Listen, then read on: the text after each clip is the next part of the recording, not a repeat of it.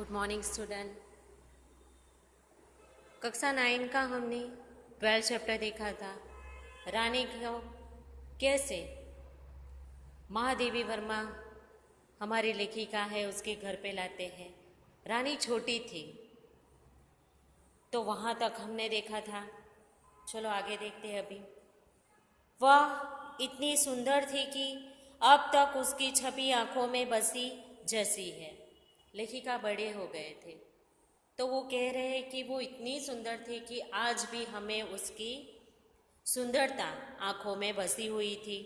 उसका चॉकलेटी दमकदार रंग जिस पर दृष्टि फिसल जाती थी, उसे छोटे कानों के बीच में माथे पर झूलता अयाल का गुस्सा, बड़ी काली स्वच्छ। बच्चों नेक्स्ट पेज।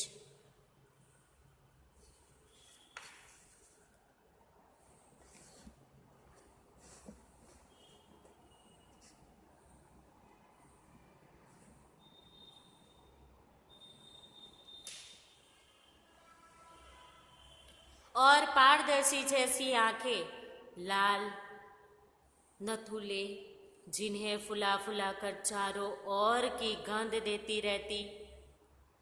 बराबर। उजले दांत और लाल जीभ की झलक देते हुए गुलाबी होठों वाला लंबा मुंह जो लोहा चबाते रहने पर भी क्षण विकसित नहीं होता था। ऊंचाई के अनुपात से पीठ की चौड़ाई अधिक है। सुदृढ़ मजबूत पैर और सघन पूंछ को जो मक्खियाँ उड़ाने के लिए क्रम में मोर छल के समान उड़ती गिरती रहती थी। उसे समय यह सब समझने की बुद्धि नहीं थी, परंतु इतने दीर्घ काल के उपरांत भी स्मृति पट पर वे रेखाएं ऐसी उभर आती है जैसे किसी अदृश्य शाही से लिखने अक्षर अग्नि के ताप से प्रत्यक्ष होने लगते हैं। तो यहाँ पे लेखिका कहती है कि जब छोटे थे तब उसको इतना समझ में नहीं आता था, पर आज वो आज वो पूरा समझ पा रहे हैं। गोरी रानी का वर्णन आज वो अच्छे से समझ रहे थे क्योंकि वो बड़े हो गए थे। यहाँ पे उदाहरण भी दिया है कि जैसे अग्नि में प्रत्यक्ष होते हैं। हम बार बार सोचते हैं कि वह कुछ और छोटी क्यों ना होती तो हम रोजी और निक्की के समान उसे भी अपने कमरे में रखते। घोड़ी बड़ी है और रोजी और निक्की छोटे थे, इसीलिए वो अपने कमरे में रख सकते थे, पर रानी को वो नहीं रख सकते थे। रानी को अपने कमरे में ले जाना संभव नहीं था, अतः स्तंभल बना हुआ बरामदा ही हमारी अराजकता और कार्यालय बनता। रानी के लिए स्तंभल बनाया गया था, उसमें वो रहती थी। बरामदा घोड़े बांधने के लिए तो बना नहीं था, अतः उसकी दीवार में एक खुली अलमारी और कई अर्धताक थे। उन्हीं से में हमारा स्वेच्छा विस्थापित और शरणार्थी खिलौनों का पारिवारिक स्थापित होने लगा। रानी की गर्दन में झूल झूल कर उसके कान और अयाल में फूल खोस कर और उसकी बिस्कुट मिठाई आदि खिला खिलाकर थोड़े ही दिनों में हमने उसे ऐसी मित्र कर ली कि हमें न देखने पर वह अस्थिर हो, पैर पटकने और हिनहिनाने लगती।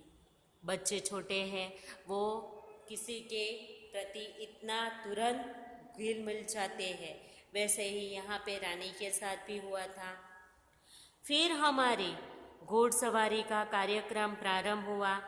मेरे और बहन के लिए सामान्य छोटी पर सुंदर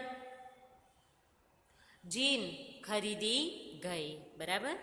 तो यहाँ पे उसकी छोटी बहन के लिए क्या खरीदा गया? तो जीन खरीदी गई, क्योंकि वो छोटे थे। जो ऐसे ही घोड़े सवारी करते तो उसके ऊपर गिर जाते थे, और जीन की वजह से वो सुरक्षित रहते। भाई के लिए चमड़े के घेर वाली ऐसी जीन बनाई गई जिससे संतुल खोने पर भी गिरने का भय नहीं था। बाहर से चबूतरे पर खड़े होकर हम बारी बारी से रानी पर आरूढ़ होते और छुट्टन साथ दौड़ता हुआ हमें घुमाता। सवेरे भाई बहन घूमते और स्कूल में लौटने पर तीसरे प्रहर या संध्या समय मेरे साथ यह कार्यक्रम दोहराया जाता। परंतु ऐसी सवारी में हमारी विद्रोही प्रकृति कैसे संतुष्ट हो सकती थी? माने उनको संतुष्टि मिलती नहीं थी, वो और सवारी करना चाहते थे। अस्तंबल में रानी की गर्दन में झूलकर तथा स्टेल के सहारे उसकी पीठ पर चढ़कर भी हमें संतोष न होता था। अंत में एक छुट्टी के दिन दोपहर में सब के सो जाने पर हम रानी को खोलकर बाहर ले आए और चबूतरे पर खड़े होकर उसकी नंगी पीठ पर सवारी करने बारी बारी से अपनी अधूरी शिक्षा की पूरी परीक्षा देने लगे। माने उसकी नंगी पीठ पर सब सवारी करने लगे थे, जीन उसके ऊपर नहीं बांधा था। यह स्वाभाविक ही था कि ताज रानी हमारी अराजक प्रवृत्तियों से प्रभावित हो जाती। वास्तव में बालकों में चेतना के विभिन्न स्तरों का बोध न होकर सामान्य चेतना का ही बोध रहता है।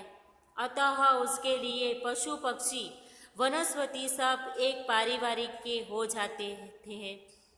निकी रानी की पूंछ में झूलने लगता था।